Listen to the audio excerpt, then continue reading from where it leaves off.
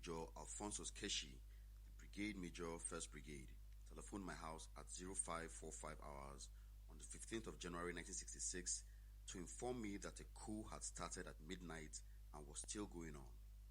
According to him, the coup was being led by Major Nzeogwu and appeared to be going on successfully.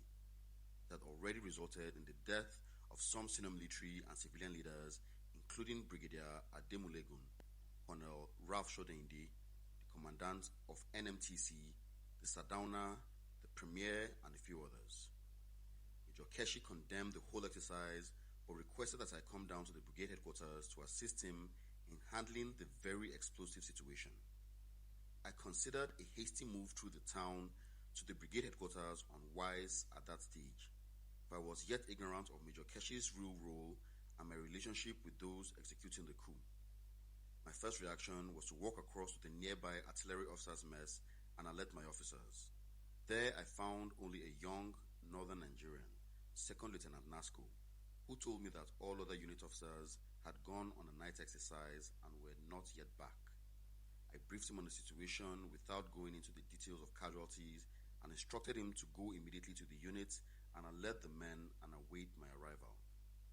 I got to my office soon afterwards and discovered that those unit officers on the exercise took with them almost all the guns and a good quantity of ammunition, as well as most of the serviceable motor vehicles. As these were not authorized for this exercise, it became clear that they were part of the coup, even though there was no shelling going on. I spoke to what was left of the units on the situation and asked them to prepare to repel any attack from any quarter. In addition, the remaining vehicles were fueled, ready to move troops to anywhere on orders from the competent authority. At 0900 hours of January 16, 1966, the young officers under me who took part in the coup, Lieutenant Bob Ebiketo and Olafemion, came back to the unit and reported in my office. They talked glibly about how they had gone on an authorized exercise during which they suddenly realized it was a coup and they were forced to take part against their will. I could not possibly believe them because of the amount of equipment and ammunition they took away without my permission. As a matter of fact, I thought they were sounding my opinion in order to report back to Nzeogwu. Therefore, when they wanted to know from me whether to continue to back Nzeogwu or revert to the normal channel of command, I humorously told them to render to Nzeogwu what was his and to the old establishments what was theirs. I, however, advised them to return the guns to barracks as they were unnecessary for the exercise they were doing. Needless to say, they failed to carry out this instruction. There was no doubt they may even have shot me if I had given them the slightest indication of disapproval of the revolution, judging from the ferocity of their looks and how well armed they were even in my office. Probably they were acting under instructions. Shortly after the departure, Major Israel Okoro, the second in command of the 3rd Battalion, came into my office looking quite ruffled and nervous.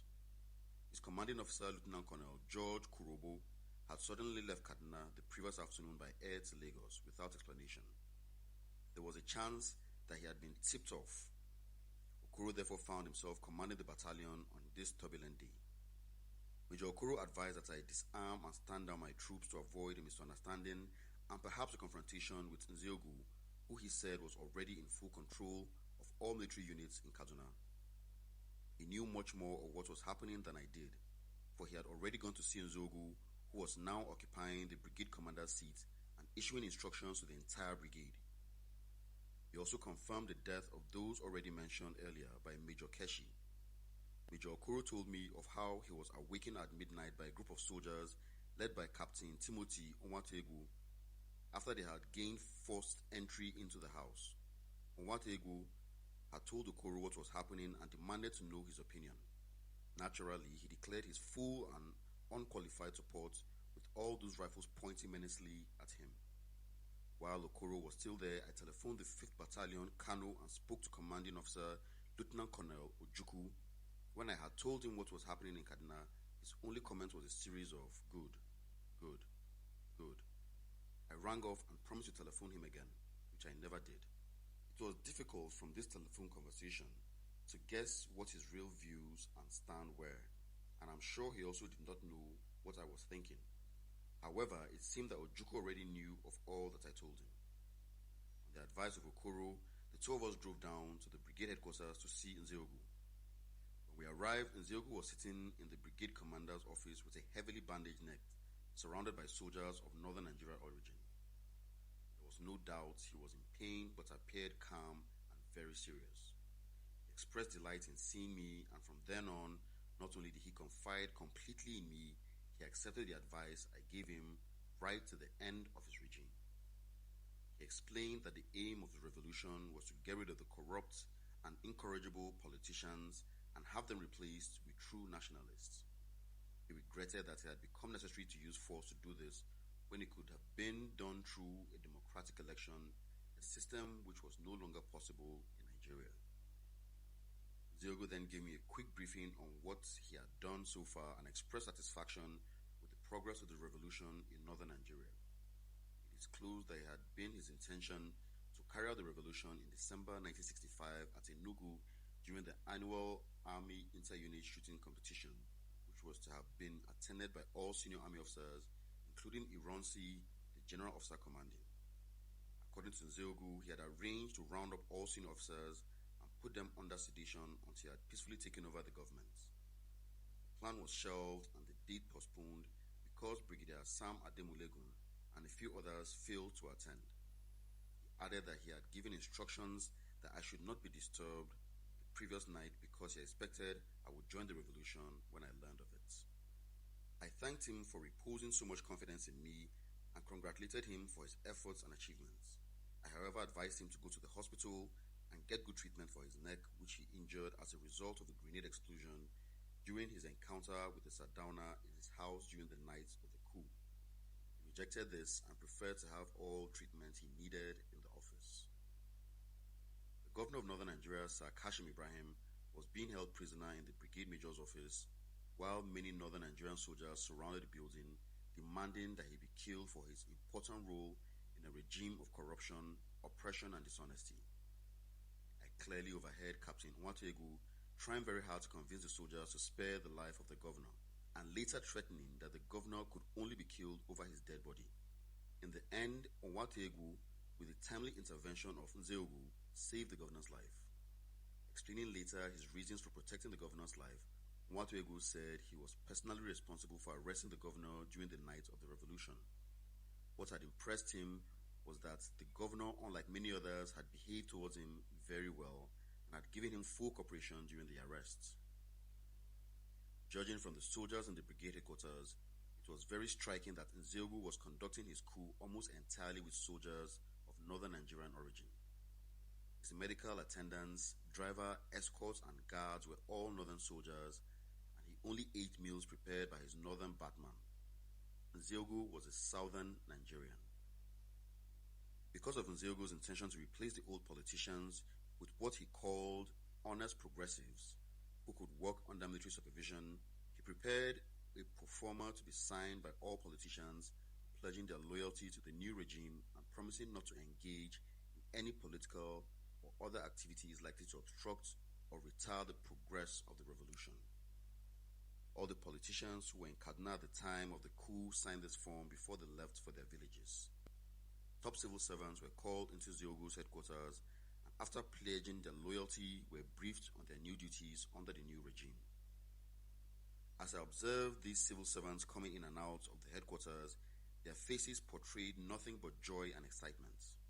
The only visible exception was perhaps Alhaji Ali Akilu, the secretary to the late premier, whom Nzeogwu, however, intended to arrest as a likely obstacle to the cause of the revolution. I personally thought his arrest would do more harm than good because it could not be justified at the time and could be misunderstood to be victimization. Other officers held the same view and the idea was dropped by Nzeogwu. Alhaji Yusufu, the commissioner of police for northern Nigeria, also showed open resentment over the conduct of the revolution and in fact refused to go and see Nzeogwu when he sent for him. But for my timely intervention, he could have lost his life, for soldiers had been detailed to go and gun him down. I promised Nzeogwu I was going to speak to the commissioner, and if I failed to get him realigned, action could be taken against him. I later visited Yusufu in his office at the police headquarters, and after a chat with him, he realized the foolishness of his obstinacy. He later came down to the headquarters to make up with Nzeogwu and pledged his loyalty. From then on, he carried out all instructions issued to him by the leaders of the revolution.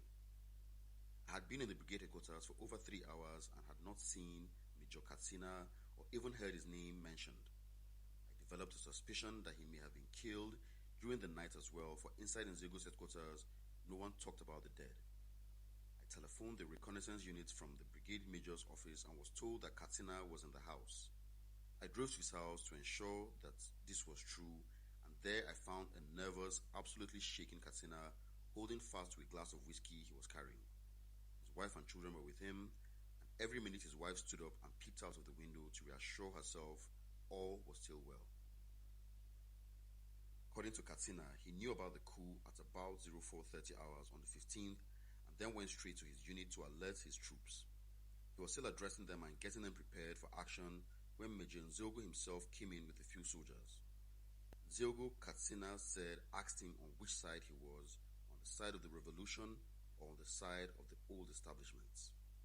Katsina said he had no choice but to declare his support for Nzeogwu, but on further reflection, he was more convinced that Nzeogwu's exercise was justifiable. Having got his assurance, Katsina went on. Nzeogwu shook hands with him, ordered that the remaining armored vehicles in the unit should be dispatched to the brigade headquarters and left amidst cheers from all the men on the parade. I later had lunch with Katsina and left him much more relaxed. News about the conduct and progress of the coup in Lagos began to trickle in by midday, and it appeared things were not moving well for the revolutionaries. At best, they could be said to be partially successful, with a task well planned but badly executed. Sir Abubakar, the Prime Minister, Chief Festus Okotie-Eboh, Federal Minister of Finance, Chief Akintola, Premier, Western Nigeria, Brigadier Mai Malari, Commander 2nd Brigade, Colonel Lagama, Commanding Officer 4th Battalion, Lieutenant Colonel Pam, Adjutant General Army Headquarters, and Lieutenant Colonel Onegbe, Quartermaster General, were all reportedly killed or missing.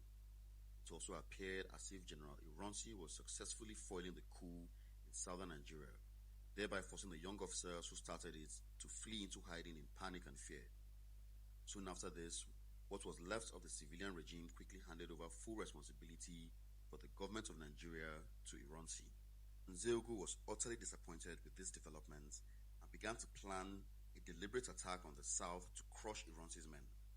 He blamed his failure on certain officers who had failed to implement their part of the coup, even though they had given their full support during the planning stages. Nzeogwu's opinion was that this sudden betrayal deserved punishment because it was due more to consideration of personal reward by Ironsi than to cowardice.